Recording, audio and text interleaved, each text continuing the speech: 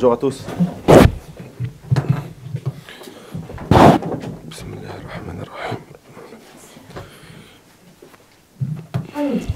Bon, alors après Épinal, Bourg c'est un autre piège, mais avec un niveau supérieur quand même. Oui, demain un match un peu compliqué. Pourquoi? Parce qu'une équipe qu'on ne connaît pas trop. Donc avec tout le respect que j'ai, là on va jouer un match de coupe. Il faut savoir comment gérer le match et il va falloir gagner là-bas. Ce sont toujours des équipes extrêmement motivées. Nous aussi on est motivés. Sur le plan personnel, comment quel sein de toi tu devrais a priori jouer? Bon, je sais pas, c'est toujours le choix du coach, mais je suis toujours prêt pour jouer. Là, je suis très concentré et je suis prêt pour jouer demain ou vendredi prochain. Dans une période, Émile Bonjour, où les matchs vont s'enchaîner parce qu'il y a la Coupe et la Ligue Europa maintenant qui vont arriver, c'est important de se tenir prêt, comme tu dis, à jouer parce que tu as un petit peu moins de temps en championnat, mais là, les matchs vont s'enchaîner. Oui, on est 20-22 joueurs. On est tous prêts pour jouer. Je suis là pour jouer tous les week-ends. Là, toute la concentration se fixe pour les matchs parce qu'on sait bien qu'on joue chaque 3 à 4 jours. Tous les matchs ils sont importants ici et on est tous prêts pour aider l'un de l'autre. Oui. Comment tu as eu un début de saison un peu compliqué avec ce départ, et là, comment tu joues? Oui, parce que tout le monde sait que je suis venu les derniers jours de Mercato. Là, après, j'étais en arrêt pendant 4 ou 5 jours parce que je ne savais pas où j'allais. Après, je suis venu ici. Après une semaine, j'ai joué un match. Je me suis blessé à la cuisse. Je suis resté un mois ou un peu plus blessé. Après, je suis revenu petit à petit. Là, j'ai joué les 2 derniers matchs de Strasbourg et Épinal. Donc, je me sens bien physiquement. Là, j'attends toujours que je joue. Là, je suis un compétiteur et j'adore la compétition. Demain, je pense peut-être que je vais jouer et j'espère que je donnerai mon maximum possible pour aider l'équipe. Par rapport à ton niveau à Monaco, tu te sens te rapprocher ton niveau que la Après Monaco, j'ai fait 2 saisons exceptionnelles avec eux. Donc après, je suis allé à Valence. J'ai joué plus que 45 matchs, donc j'étais bien. Même à Valence, j'ai fait des bonnes prestations contre les grandes équipes. Là, je suis venu encore dans un grand club comme Olympique de Marseille où je me sens vraiment heureux, dans une équipe où il y a des excellents coéquipiers avec un staff technique qui est compréhensif et bien. Donc, je me sens franchement bien avec les supporters et tout. Là, je m'attends que je joue pour être au top, pour faire des bonnes prestations, pour aider l'équipe et j'ai un objectif personnel cette année. J'espère que je vais réaliser. De jouer là, de jouer plus de 20 matchs ou 22 matchs parce que je veux jouer. J'adore, comme j'avais dit, la compétition. Je vais tout donner pour aider l'équipe et l'objectif collectif, c'est d'être en finale en coupe et parmi les 3 premiers du championnat. Toi qui répètes beaucoup que tu es un compétiteur, évidemment comme beaucoup de joueurs, mais est-ce que tu nourris une certaine frustration du coup de ne pas être aligné en ce moment en championnat? Bien sûr, moi je vous dis franchement, mais je suis dans une situation pas parfaite, mais acceptable. Pourquoi? Parce que l'équipe gagne et je suis heureux pour l'équipe. Pour moi, personnellement, je suis à chaque fin de match où on gagne, je suis heureux pour l'équipe, mais je suis un peu frustré pour moi parce que je ne suis pas dans les 11 premiers, mais j'attends toujours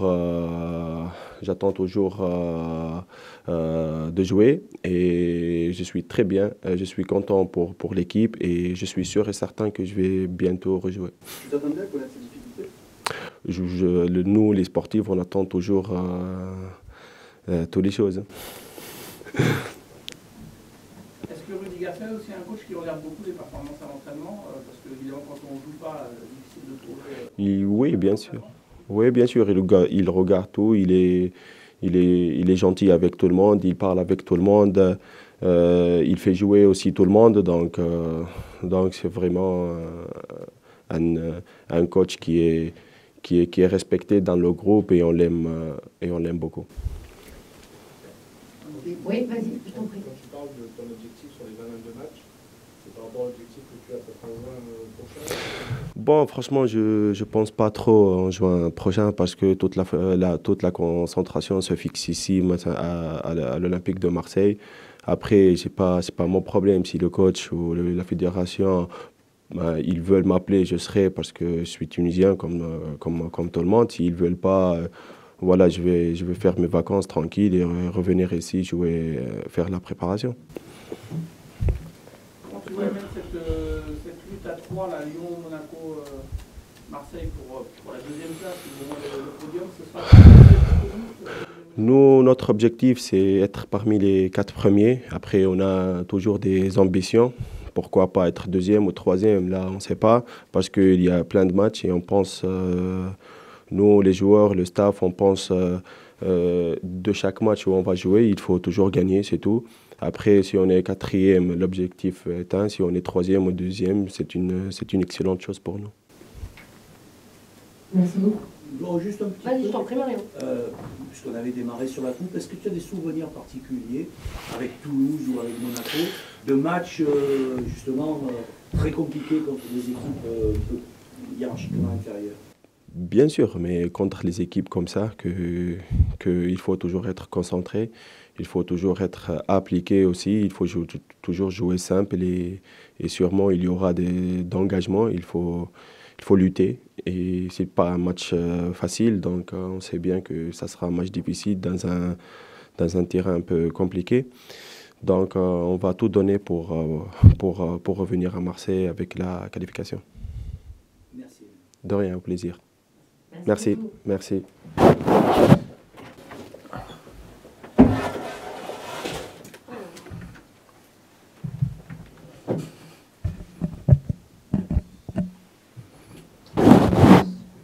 Tu peux commencer. Hein. Vas-y, Michel, s'il t'en plaît. Excusez-moi, Michel, t'es avec qui? T'es pour de bonnes mains. Alors, tu fais un stage?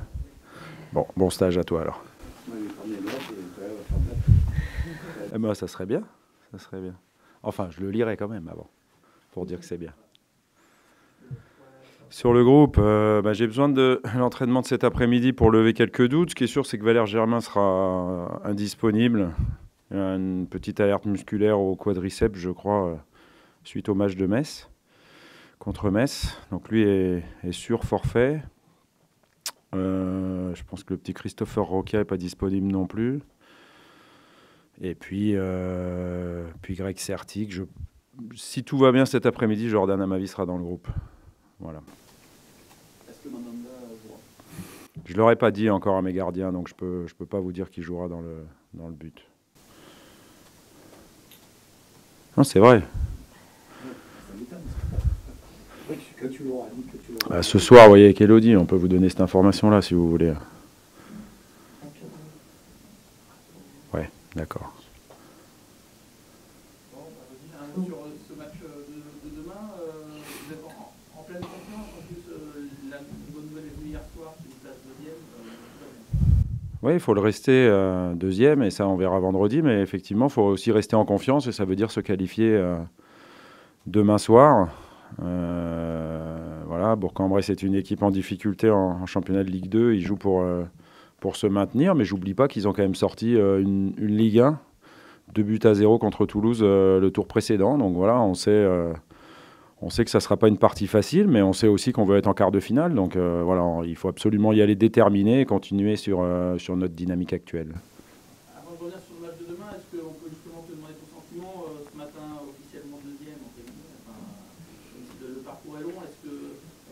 gratifiant, motivant pour le groupe? Ouais, j'espère que c'est motivant, oui. C'est la preuve que la régularité des résultats, le fait d'aligner des séries de victoires, voilà, nous place en bonne position. Après, j'oublie pas que je crois que c'est seulement la deuxième fois en 24 journées qu'on est deuxième tout seul. Voilà, et donc on n'a pas à se gargariser non plus de cette position. C'est serré, Monaco 1 point derrière.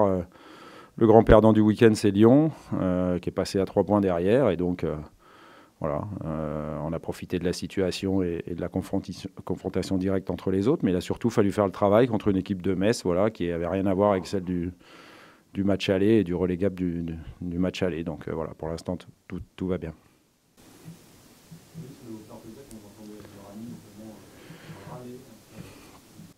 Ouais, je pense que c'est bien. C'est les paroles d'un cadre qui a envie qu'on fasse tout du mieux possible. Et c'est vrai que sur la fin de match, on n'a pas tout bien fait. On s'est relâché. Après, encore une fois, on avait fait la différence avant. On avait marqué 6 buts.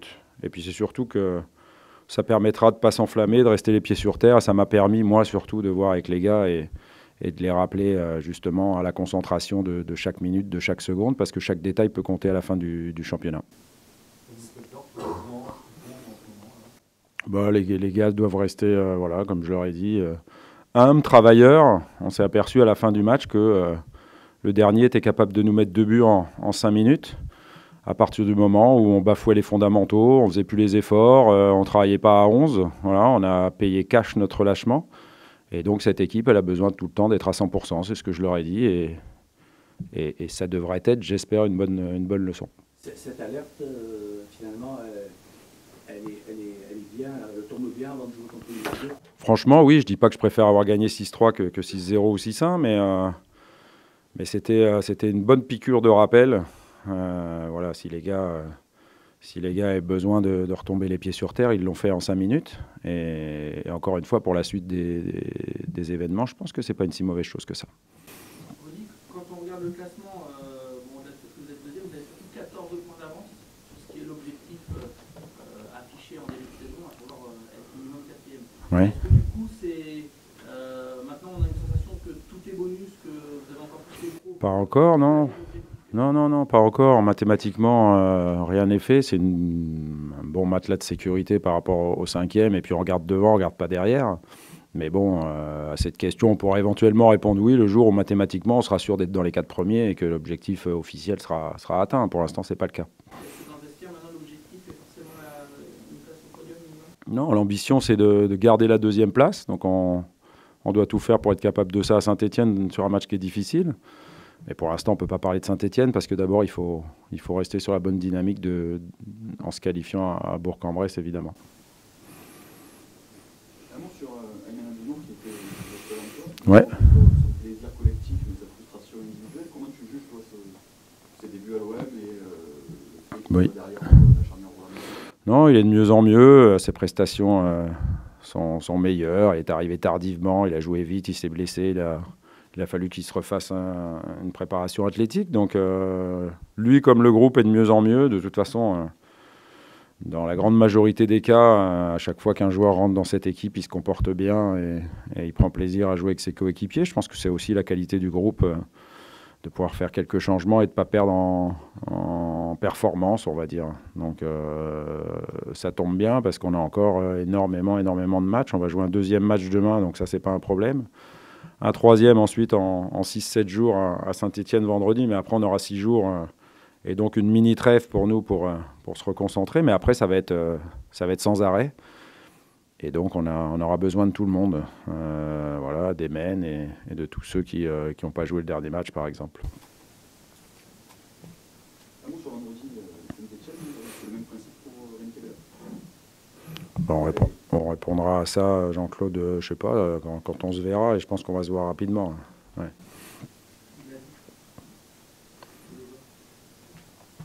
Je sais pas, il joue pas à Bourg-en-Bresse en tous les cas, ça c'est sûr.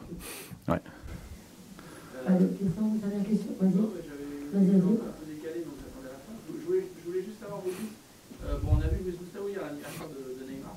Je crois savoir que des fois, nous aussi, on lance des invitations aux médias, que tu ne veux pas trop qu'il y ait de déplacements quand il y a des enchaînements comme quand il s'agit justement de Neymar qui est Non, il est plus difficile de dire non quand il s'agit de Luis Gustavo. Parce que Luis est un grand professionnel et qu'on sait qu'il préparera le match de demain et qu'il a préparé le match de demain avec tout le professionnalisme qu'il faut. Voilà, je veux dire, on n'est pas non plus à Marseille derrière chaque joueur à chaque fois qu'on les a pas en mise au vert ici. On leur fait confiance, c'est des grands garçons, ils savent les échéances qui nous attendent, ils savent qu'on veut gagner tous les matchs qui arrivent jusqu'à la fin de la saison. Et voilà, pour Luis, il n'y a pas de problème particulier. Il est un peu moins fatigué que Berchiche. Je sais pas pourquoi, il y a eu des choses particulières. Ah bon? Non, j'ai pas suivi. Est-ce qu'une année de Coupe du Monde, c'était aussi important qu'il y soit? Enfin, je fais peut-être un résumé, mais Neymar, il compte. Pourquoi il y avait le sélectionneur brésilien? Non, mais voilà. Non, je sais pas, c'était possible. Je crois pas. D'accord. Et Neymar qui a un poids essentiel dans la sélection. Ah. C'est important Bah écoutez, en tout, moi je peux parler que de ma paroisse. Hein. Moi, c'est moi qui fais mes sélections, mes équipes et mes convocations de joueurs. J'espère qu'il en est de même pour tous les coachs et tous les sélectionneurs de la Terre. Allez, dernière question. Tu as des renseignements particuliers sur les conditions de jeu là-bas? Ils sont entraînés sur un terrain synthétique mais enneigé, Bourg-en-Bresse. Donc on a bien regardé la météo pour demain et a priori il ne devrait pas neiger. Mais bon, on est bien inspiré de partir ce soir et de voir comment ça va se passer. Ça peut être un contexte difficile, ça peut rajouter un contexte difficile au match, oui, c'est sûr. Est-ce qu'il faut Attends, excuse-moi, il y a Michel qui veut dire il y avait un point de... Est-ce qu'il y a des joueurs particuliers à rajouter à Bourg-en-Bresse? C'est leur collectif, c'est leur puissance athlétique. Voilà, ils ont des joueurs assez athlétiques. On sait que c'est encore une fois, 8e finale de la Coupe de France. Pour une équipe, même de Ligue 2, j'y ai été, c'est quand même un événement. Ils nous reçoivent dans leur stade. Donc, encore une fois, à nous d'être à 100% et professionnels, de faire le job, de respecter à fond cette équipe de Bourg. Voilà. Elle a son entraîneur qui est là-bas depuis très longtemps. Et encore une fois, ils ont battu une Ligue 1. Donc, soyons plus que sérieux et plus que professionnels. Demain, il en va de la qualification. Dernière question, Flo. Oui, on a beaucoup vu les images de Dimitri Payet, cette façon de produire, puis la communion autour de lui. Oui. Est-ce qu'il faut capitaliser là-dessus, vu que peut-être qu'il est sur le chemin de la pente ascendante avec ce but? Est-ce que du coup tu vas le relancer encore plus demain? J'ai besoin de tout le monde et je l'ai déjà dit, pas plus demain que les autres matchs. Non, ce qui est top, c'est l'accueil du public quand il est rentré. Ce qui est top, c'est les déclarations de Valère Germain et de Dimitri Payet sur Costas. Et ce qui est top, c'est la passe du capitaine, quoi, qui aurait pu marquer lui tout seul. Donc ça prouve que, comme je l'ai dit aux gars depuis le début de saison, on est un groupe, on laisse personne au bord de la route. S'il y en a un qui est en difficulté, on l'aide et on l'amène avec nous parce que si on va à bon port, ce sera avec tout le monde et pas sans quelques-uns. Bon, là, il n'y avait pas eu besoin, il a marqué, tout va bien, donc il n'y a pas de problème. Merci. Merci.